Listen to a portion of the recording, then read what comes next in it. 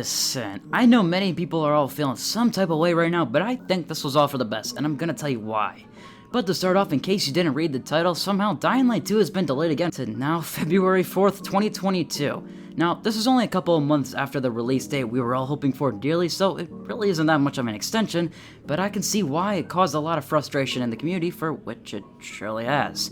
Chances are you may read the statement from Techland released already, so I'm just going to display it on the screen instead of reading it over again.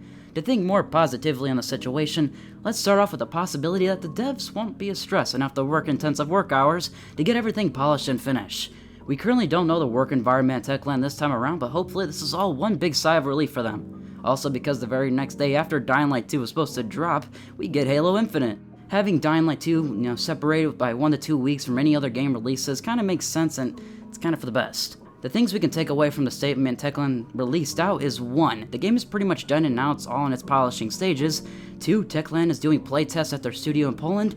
And 3. Some content creators will be showing off the game in more uncut raw form, just like we've asked for. It's weird to me looking at the community reaction that people are just now assuming because of the delay the game will be like Cyberpunk 2077, when they're delaying it so it isn't in a scenario like that.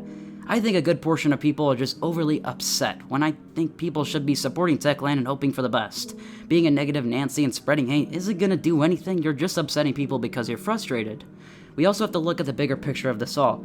This is just a video game. Don't let yourself get so frustrated and upset over something that will not matter in the near future of your life. The world right now is an unfortunate place. In an unfortunate place. Not an unfortunate place in general, but in an unfortunate place. And we're still in a pandemic in the year of delay, so we'll probably get to see a lot more just like this happen. And this delay really is so they can create the best possible version of the product they promise, which should be the goal. Don't get me wrong though.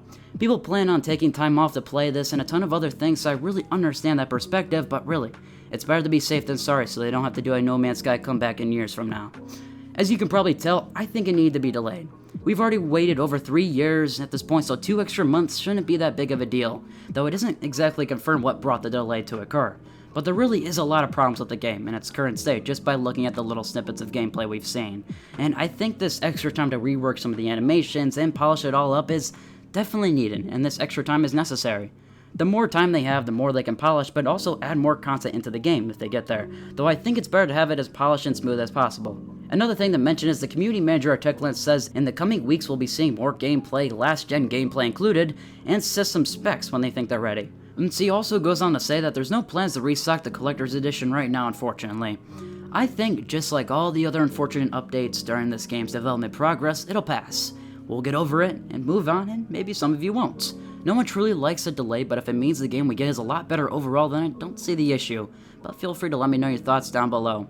And this is where I'm going to end the video for today. I could ramble off giving more of my thoughts on the topic, but I'm just going to keep this sweet and simple. I think this was inevitable, but I think this is for the best. And I really hope I am right, and the product we get when the game releases is a lot more polished than the gameplay we've seen now. And I'm sure that content creators will be getting the game next month or whatever. We'll actually get to see a lot more of this raw gameplay and get more of an idea of what the game we're getting is going to be like in its, uncut form. So, anyways, feel free to share your thoughts about everything down below or whatever. Like the video, subscribe if you want, don't, whatever you want to do. And yeah, just feel free to stop by next time if you want. Anyways, peace.